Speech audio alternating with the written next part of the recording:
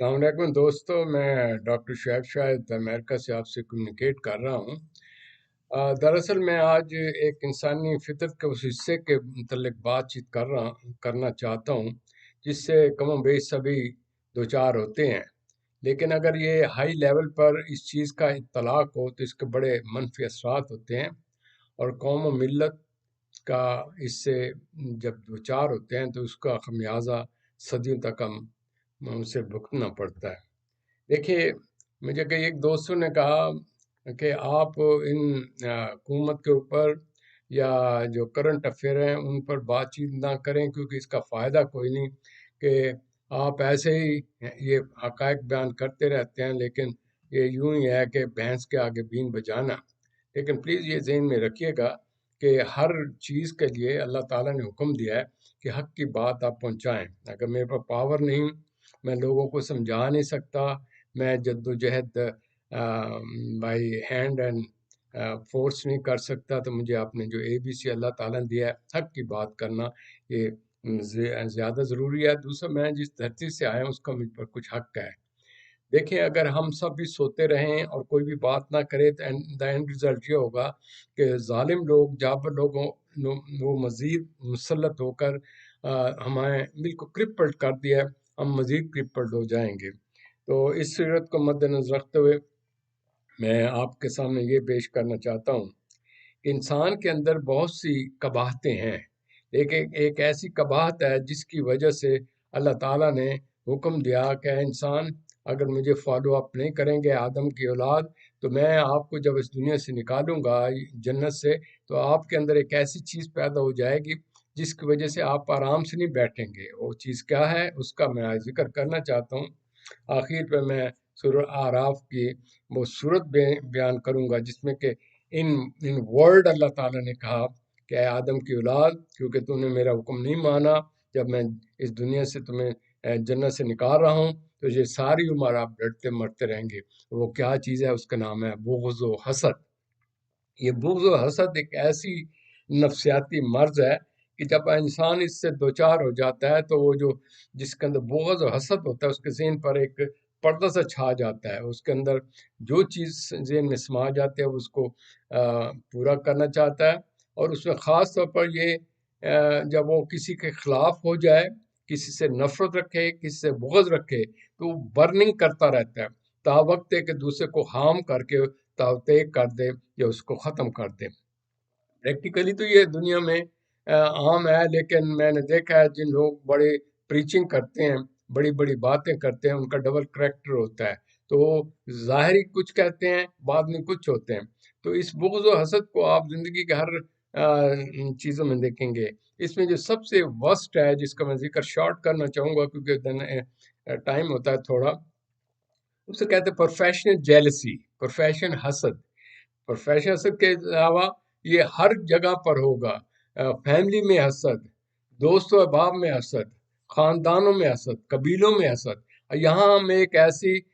ضلالت کا ذکر کرنا چاہتا ہوں جس میں یہ کہوں گا کہ جس وقت آپ ہائی لیول پر چلے جائیں اور کسی کے ہاتھ میں پاور ہو، وہ ڈکٹیٹر ہو، تو اس کو جب کسی سے بغض و حسد ہوتا ہے تو کیونکہ اس کے ہاتھ میں پاور ہوتا ہے تو وہ مد مقابل کو تہس نہس کرنے کے لیے ہر وہ طریقہ اختیار کرے گا جو کہ وہ کر سکتا ہے۔ As a result of it, اس کا نتیجہ یہ ہوتا ہے کہ اگر اس کو ہائی پاورڈ ایک آدمی ہے، چاہے وہ سپہ سالار ہے یا کسی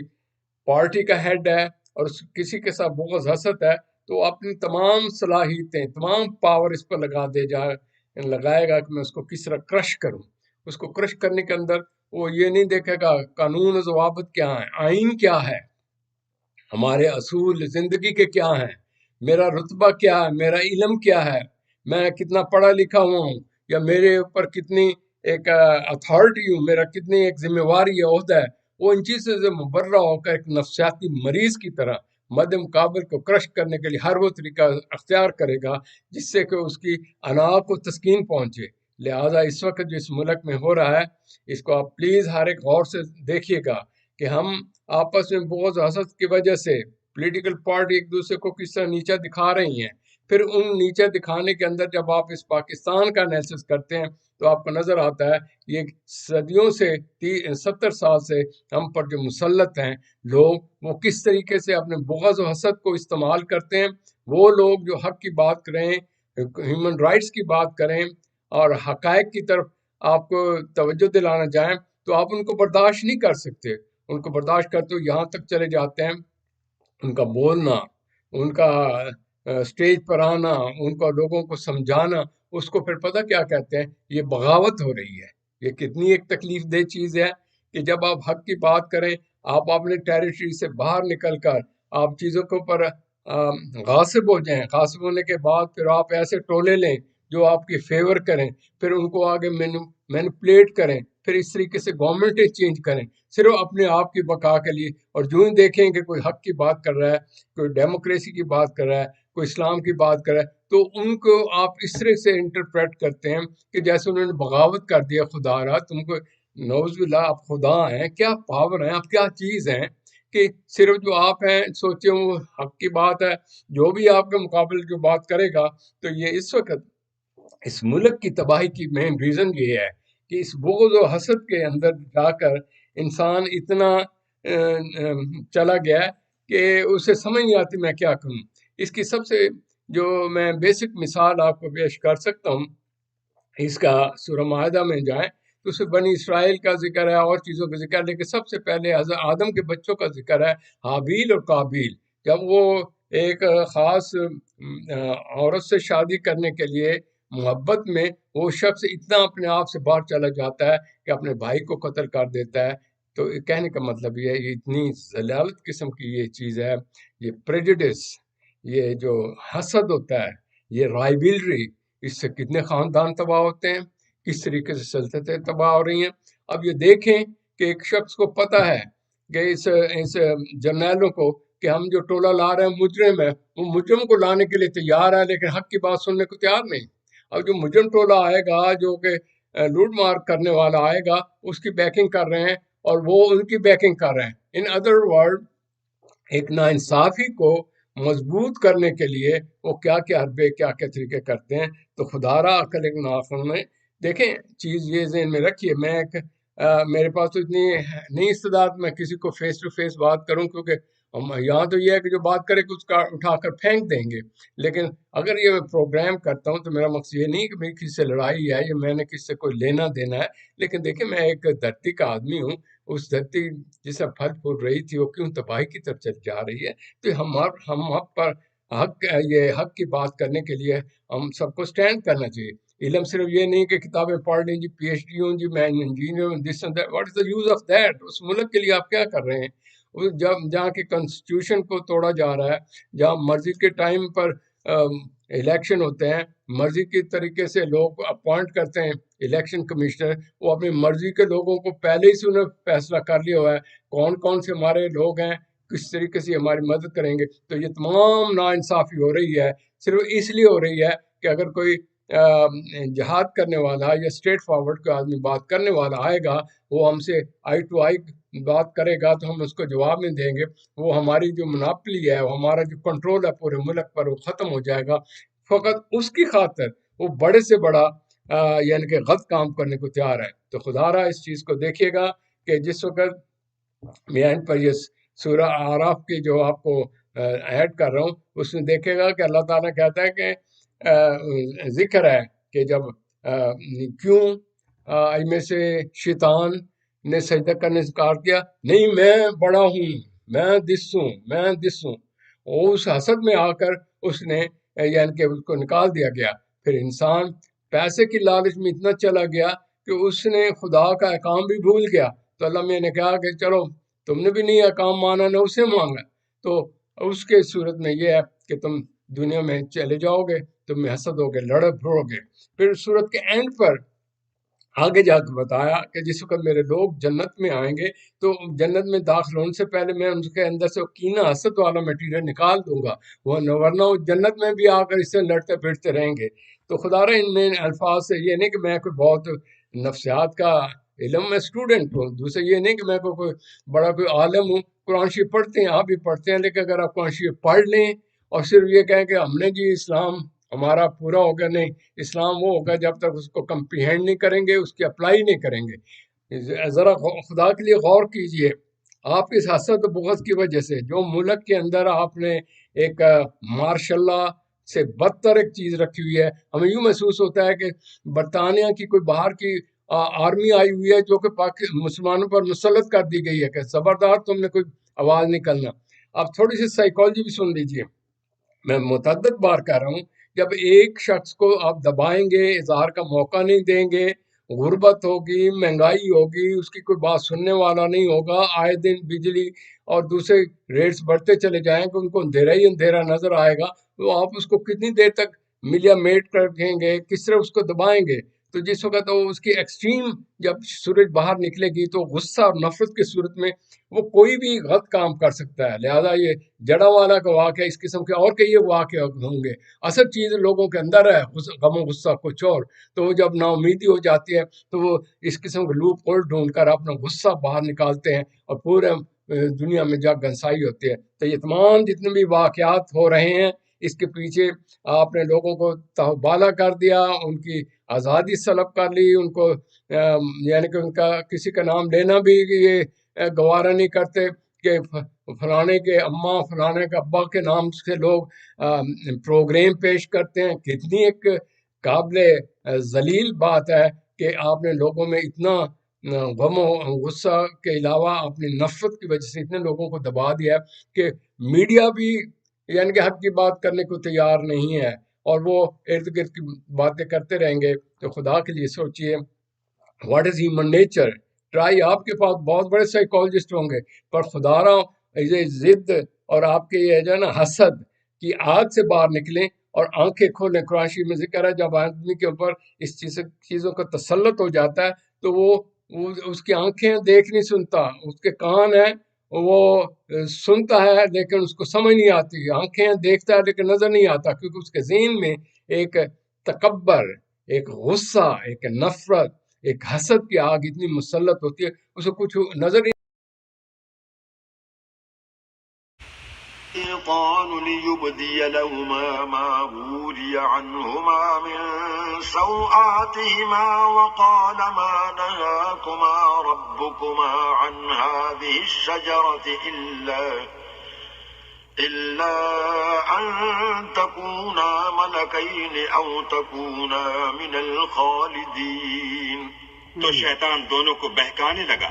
تاکہ ان کے سطر کی چیزیں جو ان سے پوشیدہ تھیں کھول دے، اور کہنے لگا کہ تم کو تمہارے پروردگار نے اس درخت سے صرف اس لیے منع کیا ہے کہ تم فرشتے نہ بن جاؤ یا ہمیشہ جیتے نہ رہو. وقاسمهما إني لكما لمن الناصحين. اور ان سے قسم کھا کر کہا کہ میں تو تمہارا خیر خواہ ہوں. فدلاهما بغرور فلما ذاقا الشجرة بدت لهما سوآتهما وطفقا يخصفان عليهما من ورق الجنة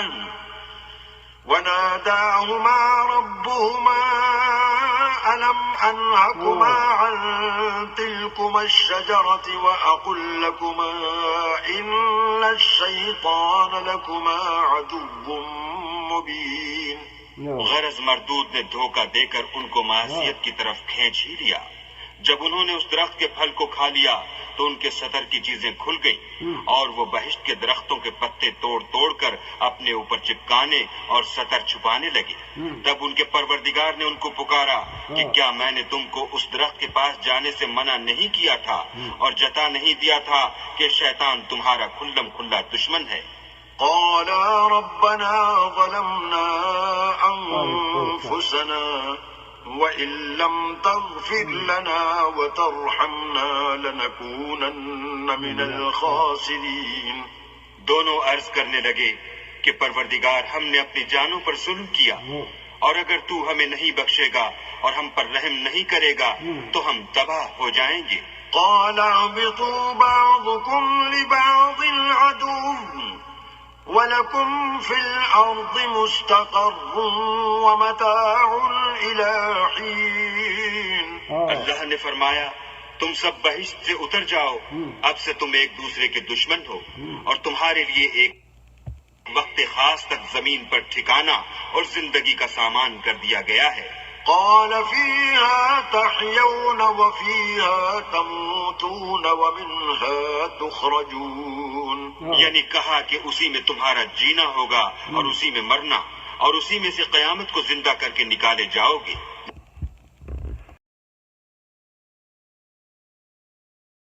الذين كذبوا بآياتنا واستكبروا عنها لا تفتح لهم أبواب السماء ولا يدخلون الجنة حتى يلج الجمل في سم الخياط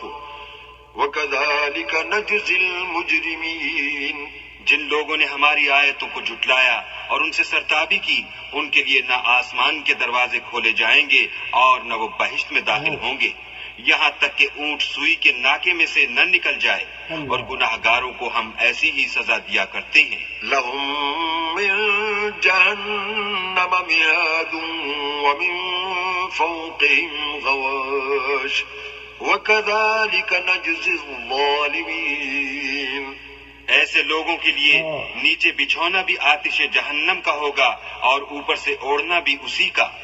اور ظالموں کو ہم ایسی ہی سزا دیتے ہیں۔ والذين آمنوا وعملوا الصالحات لا نكلف نفسا إلا وسعها أولئك أصحاب الجنة هم فيها خالدون۔ اور جو لوگ ایمان لائے اور عمل نیک کرتے رہے، اور ہم عملوں کے لیے کسی شخص کو اس کی طاقت سے زیادہ تو تکلیف دیتے ہی نہیں،